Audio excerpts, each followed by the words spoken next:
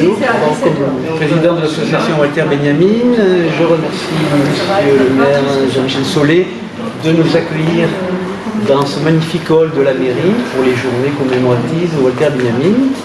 Et je remercie Hélène Peitavi, qui est une Catalane de Cerdagne, mais qui vit à Paris et qui est venue spécialement installer cette exposition sur le thème des passages, un mot qui est cher à Walter Benjamin. Donc, monsieur le... Ouais. Elle va nous exposer un peu ce qu'elle a voulu dire dans cette exposition. Voilà, donc merci à l'association Walter Benjamin Sans Frontières d'avoir fait la proposition d'une exposition à l'occasion de la remise du prix de Walter Benjamin Sans Frontières, du deuxième prix. On s'est rencontrés avec Jean-Pierre sur un livre que j'ai fait avec Voix Édition, un éditeur d'Elne, sur la traversée de la frontière entre Bagnoux et Corboux, le dernier chemin qu'a emprunté Walter Benjamin en 1940, où il avait perdu sa nationalité allemande, il était apatride et il essayait de fuir le nazisme, le fascisme, le vichisme, enfin bon bref. Et il a emprunté le chemin qui passe par Rumpissa, le col de Rumpissa, et qui avait été emprunté quelques années auparavant par les républicains espagnols. Donc ce livre a été l'occasion de faire un herbier, puis de travailler aussi sur la couleur du bleu, la Méditerranée. Et au moment où je faisais le livre, c'est le moment aussi, et ça continue, où des centaines, des milliers de migrants venant d'Afrique meurent dans la Méditerranée. Et du coup, le bleu s'est teinté de rouge et de noir, et les ultramarines sont devenues sombres. Voilà, donc la proposition de ce mois de septembre, de l'exposition qui s'appelle Traversée, correspond à un travail en fait d'association. Moi, j'aime beaucoup travailler non seulement comme peintre, avec la couleur, avec les formes, mais aussi par association d'idées et d'associer différents médias.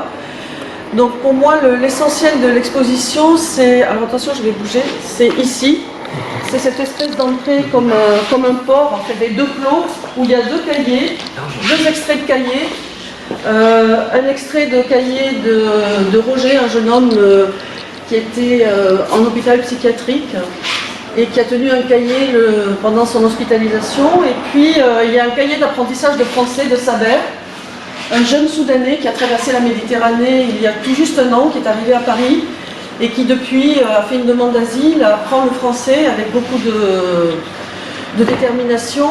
Et il y a quelques semaines, il a appris qu'il était... bonjour César.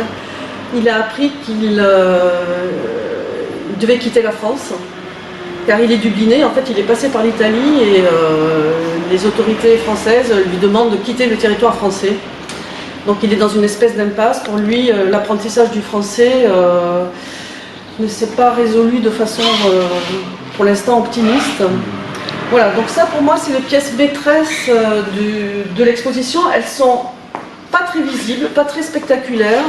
Elles ont été tirées, en fait, il y a 1000 exemplaires de chaque cahier, tiré en risographie. C'est un procédé un peu comme l'offset qui permet de reproduire en nombre les documents. C'est à l'encre dorée, c'est une reproduction à l'encre dorée. Ça a été réalisé par un éditeur, Quintal Édition à Paris, qui fait beaucoup de livres d'artistes. Et en fait, le public est amené à se servir, à prendre une feuille, à garder... voilà. Sur les murs, il y a la fin du travail sur les ultramarines. En fait, c'est des grands papiers, alors que j'appelle papier huilé. Ce sont... en fait, j'ai jeté le pinceau, il n'y a plus de représentation, il n'y a plus de figure. C'est juste la couleur à l'état pur, avec donc du bleu marine, du noir et du rouge, des coulures. Et cet été, j'ai eu la surprise de retrouver en fait les motifs de mes papiers, les coulures, les érosions qui se trouvent par exemple ici. Je l'ai retrouvé dans le paysage du Cap Creus, dans les roches il y a plus de 5 millions d'années, qui ont été érodées par le sel, le vent.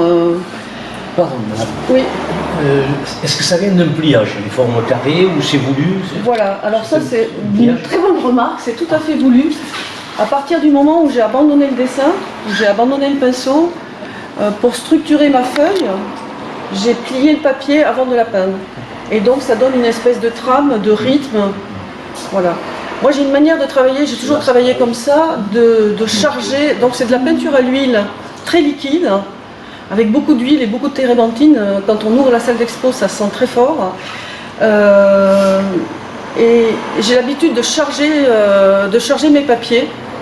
J'adore travailler sur des papiers très fins. Ça c'est un papier chinois d'un grammage de 50 grammes, donc très très fin. Je verse ma peinture dessus et quand on passe derrière, en fait ça fait comme un vitrail. On a le motif de la peinture derrière. Ça, je force en fait. C'est aussi une espèce de passage. La peinture elle est devant et elle est aussi derrière. Voilà, je vous invite à regarder en fait le derrière des peintures. Le travail sur l'ultramarine a commencé en fait, alors bon là il y a le buffet qui est installé derrière, mais par des monochromes en bleu et foncé. Puis il y a eu ce travail sur l'herbier de Rumpissa qui a été repris en blanc. Salut Cyril. Donc dessiné. Et là j'ai eu envie de faire un petit clin d'œil par rapport à cette fresque murale, en hommage à la bataille héroïque du col de Banyuls entre les Français et les Espagnols au je crois, 17e ou 18e siècle. Et j'ai eu envie de venir titiller, en fait avec mes petits papiers blancs et bleu marine, de venir titiller cette fresque qui est d'un certain poids, d'une certaine stature. Voilà, et finalement je me suis dit que je travaille aussi par série. Quand je fais un motif, voilà, j'y vais, j'en fais plusieurs exemplaires. Et je me suis dit que bon, la proximité des deux, entre le col de Rumpissa et le col de Banyuls, il pouvait y avoir un certain écho. Voilà, donc pour moi, si je devais donner un titre à ce mur, ça serait la bataille des cols, le col de Rumpissa, le col de Banyuls. Et puis ici, il y a un travail un peu d'azuléros. Ce sont des... En fait, c'est 4 feuilles de papier. C'est un motif, c'est des feuilles d'eucalyptus. C'est quand on redescend sur Portbou, quand on a passé le col de Rumpissa, quand on descend sur Portbou, il y a des eucalyptus. Et ça fait partie des herbes et des feuilles que j'ai ramassées. Et là, ce qui était nouveau pour moi dans ce travail, et c'est pour ça que je tenais à le présenter avec l'ensemble de l'exposition, c'est que j'ai fait tourner les feuilles. C'est-à-dire que j'ai dessiné dans un certain sens. Les feuilles étaient... Alors je dessine au sol. Je travaille sur les petits dessins, je suis à la table, et puis sur les grands dessins, je ne suis pas au mur, je suis par terre. Et donc j'avais assemblé mes 4 feuilles d'une certaine manière. Et à un moment donné, j'ai décidé de les faire tourner, de les réassembler, un peu à la manière des azuleros portugais. Et du coup, ça donne une variation qui m'intéressait et quelque chose d'inédit, de surprenant. Voilà. Et enfin, pour l'expo de Banyuls aussi, j'avais envie de transformer la salle, d'enlever les cimaises, d'enlever les chaînes en argent, d'enlever tout le matériel, ce qui m'a permis de créer 2 petits coins où on peut s'asseoir, où le public est invité à s'asseoir et à feuilleter ce que j'appelle les restes de la peinture. En fait, les restes de la peinture, c'est toute la peinture qui est tombée de mes papiers pendant que je réalisais les travaux. Et je suis venue avec ce papier-là, c'est un papier que j'utilise depuis 20 ans, c'est un format A4, c'est du papier allemand. Et je suis venue chercher tout ce qui restait au sol. Et ça donne des espèces d'images inconscientes, un peu de fantasmagorique. J'ai appelé ça les restes de la peinture. Et pour moi, ça va avec le travail sur les ultramarines. En fait, c'est ce qui reste une fois que j'ai fini mes grands papiers. Voilà, donc le public est invité à s'asseoir sur les plots, à regarder. Et la dernière association en fait de l'expo que je propose, c'est une archive familiale, une photo de famille. En fait, ce que j'ai appelé Mountains, c'est dans la montagne, c'est l'image du bonheur, voilà. Et cette image-là, c'est une photo en noir et blanc à l'origine, des années 70.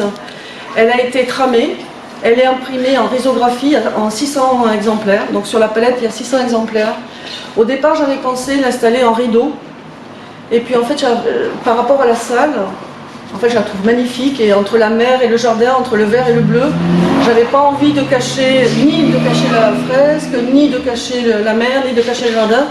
Donc du coup, j'ai fait une proposition à l'horizontale, avec parfois au départ certains doutes. Et puis au final, cette masse de photographies reproduites en 600 exemplaires, ça vient comme une rivière, comme un flux. Et là aussi, il y a une idée de passage, quoi, de mouvement, de vie. Et voilà. Et à travers les points noirs et roses de la reproduction, il y a de la lumière qui passe. Et c'est en contrepoint au noir, au sombre des ultramarines. C'est l'idée du bonheur, l'image du bonheur, voilà. Et le public est invité à se servir. Très bien. Voilà. Bravo.